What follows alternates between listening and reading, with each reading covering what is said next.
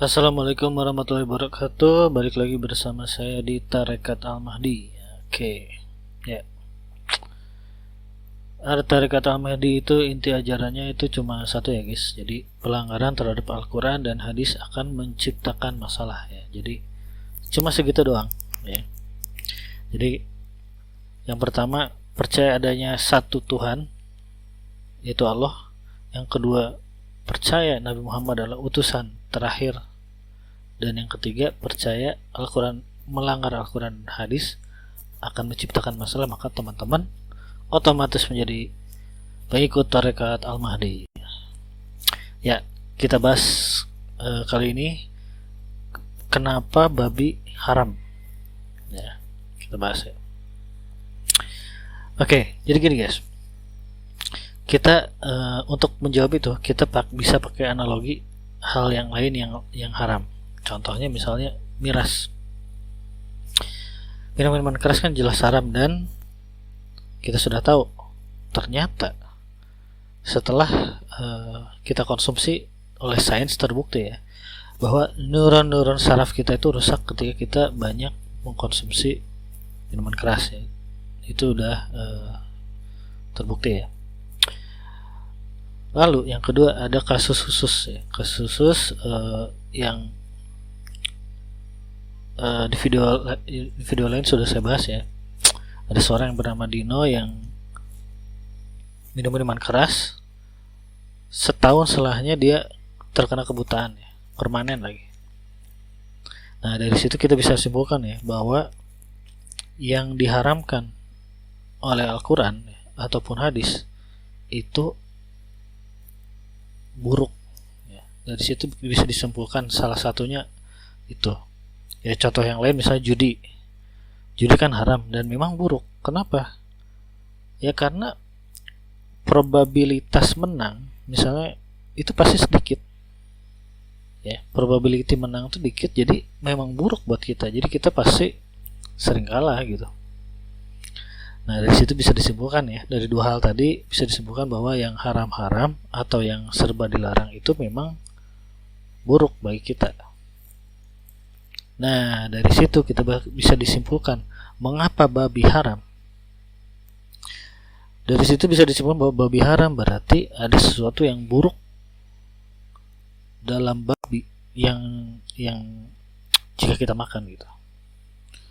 Nah, namun ya, hal buruk itu belum kita ketahui gitu. Apa sih yang buruknya tuh? Makanya orang tuh menduga-duga ya. Sekarang tuh menduga-duga, oh mungkin ada cacing pita. Itu sebenarnya menduga aja. Kita sebenarnya belum tahu hal buruk apa sebenarnya gitu kan. Kita hanya menduga mungkin cacing pitanya, atau mungkin yang lain yang kita belum tahu ya, yang mungkin ya mungkin di masa mendatang bisa diketahui gitu hal buruk apa yang ada pada babi gitu. Cuma logika berpikirnya begitu guys.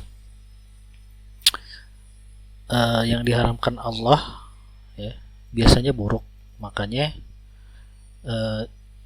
nah babi kan dilarang. Nah, makanya kemungkinan besar babi itu jika kita konsumsi maka akan mendapat ada efek buruk pada diri kita. Jadi gitu guys, penjelasan mengapa babi haram ya berdasarkan tarekat Al-Mahdi. Oke, jadi bukan karena babi itu kotor, dan kalau misalnya bukan karena babi itu kotor jadi haram. Lalu kalau misalnya babinya udah bersih maka boleh dimakan, nggak gitu ya, bukan begitu. Kalau analoginya seperti itu mirip begini nih. Susah juga ya. Ya pokoknya intinya gitu lah guys. Intinya dari beberapa case yang dilarang oleh Al-Quran atau hadis itu buruk, maka contoh yang lain, kita dilarang untuk menikah yang masih ada ikatan darah, misalnya masih saudara kandung dan lain-lain. Dan memang ketika kita lakukan ya, menikah dengan saudara kandung biasanya kan anaknya cacat kan. Nah, di situ kan bisa dapat kita tarik kesimpulan lagi kan. Kalau melanggar larangan, maka akan ada hal buruk. Nah, begitu pula dengan babi.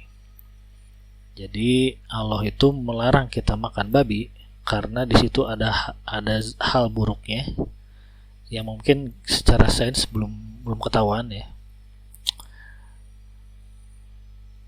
Yang mungkin ya di masa mendatang bisa ketahuan.